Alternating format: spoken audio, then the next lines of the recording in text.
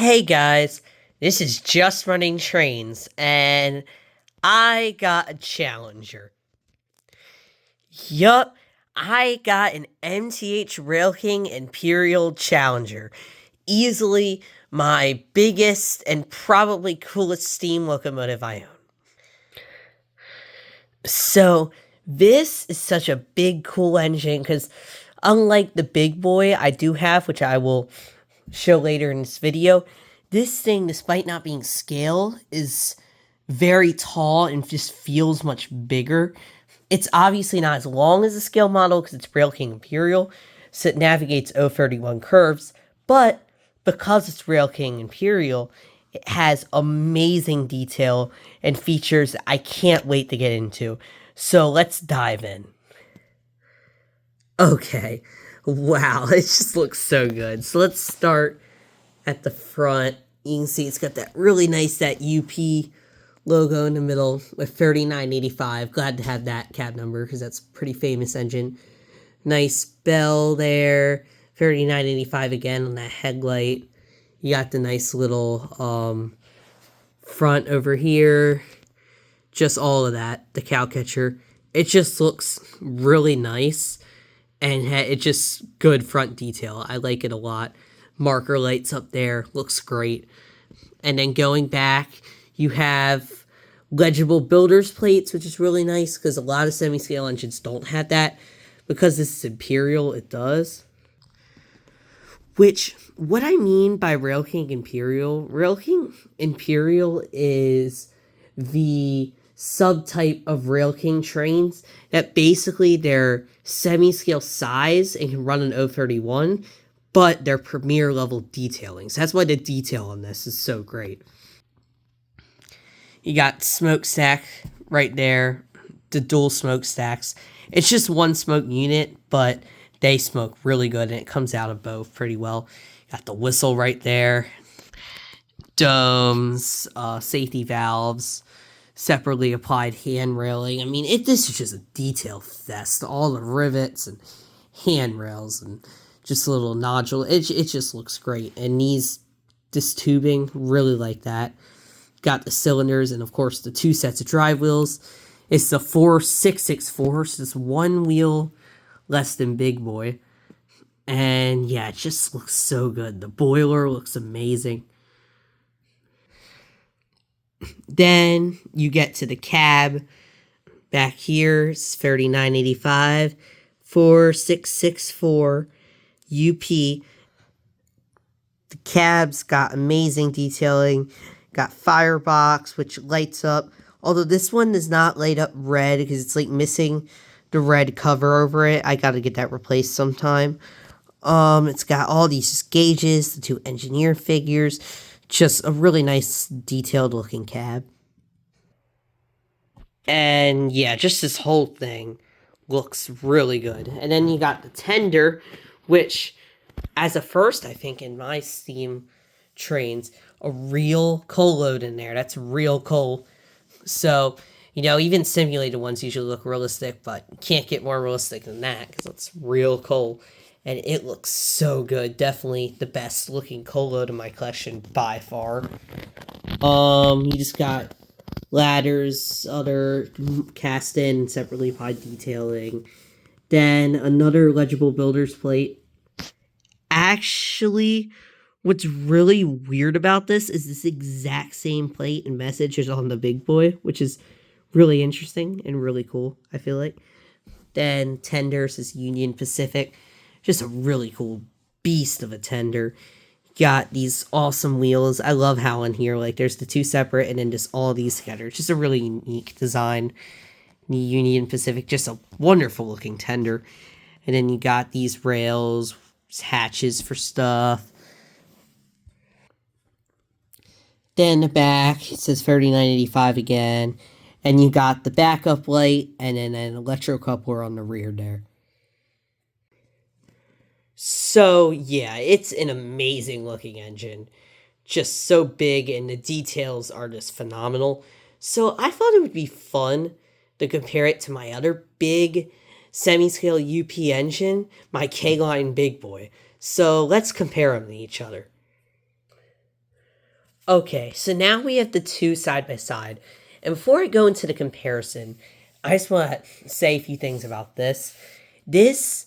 What K-Line did with their semi-scale big boy to make it 031, they took an S-gauge big boy body and put it on O-gauge wheels.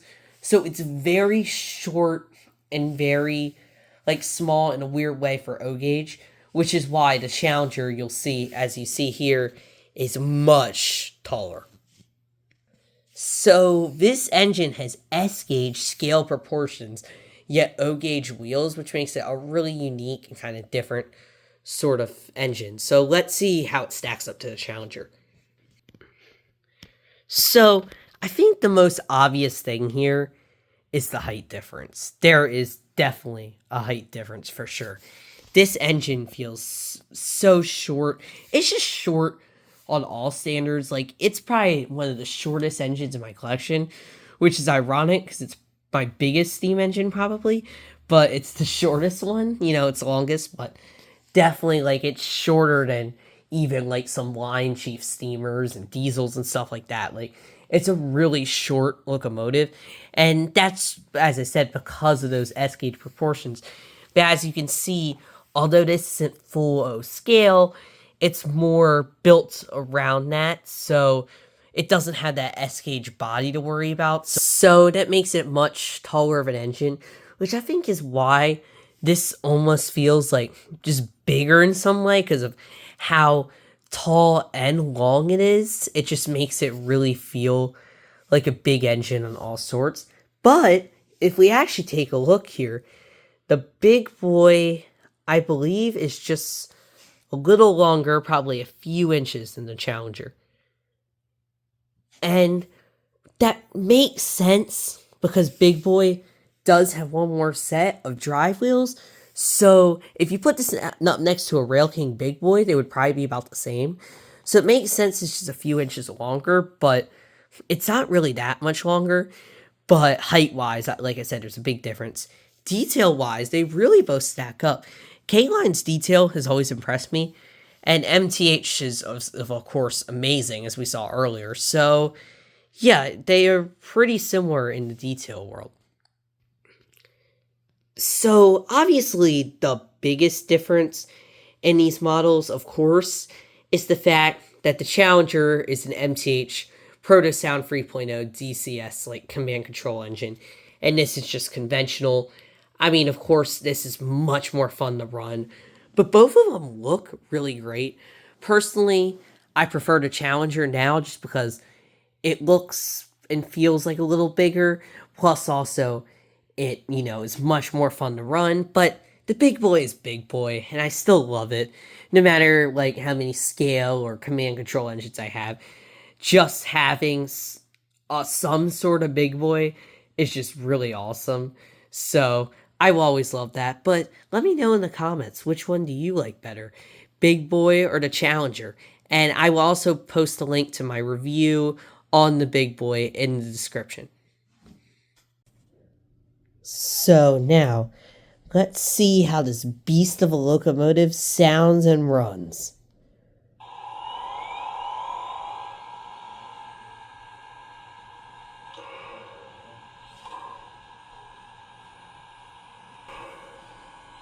And here is the whistle. That is an amazing whistle. It's just so deep and powerful. I can't get over it.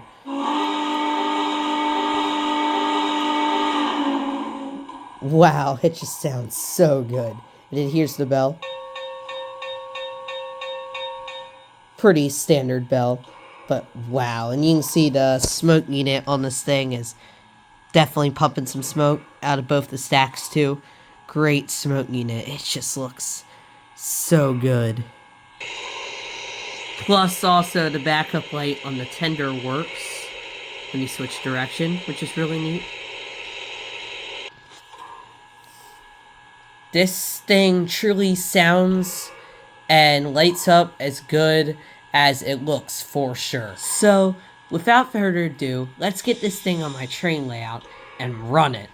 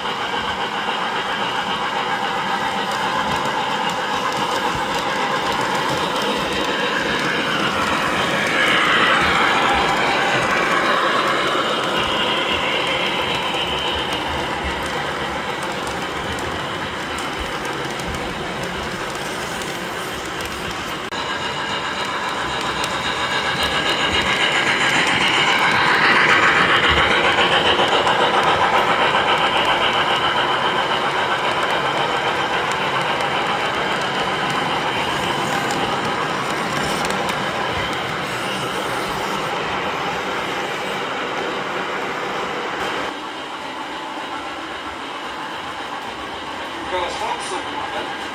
Stop signal verified.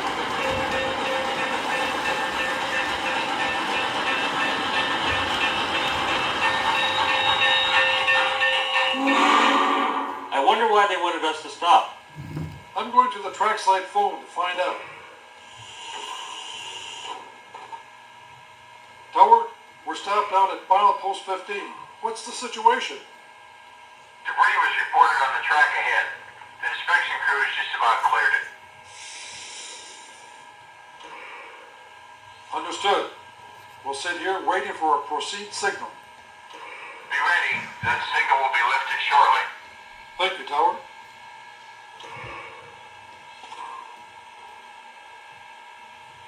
So, what's the word from the tower? Well, someone reported debris on the track up ahead, so they sent a crew up there. I guess they're done inspecting because the tower operator said to be ready. Well, I'm glad we didn't have to sit long. We're due up the hill for a meet. There's the signal. We can keep on schedule. Here we go.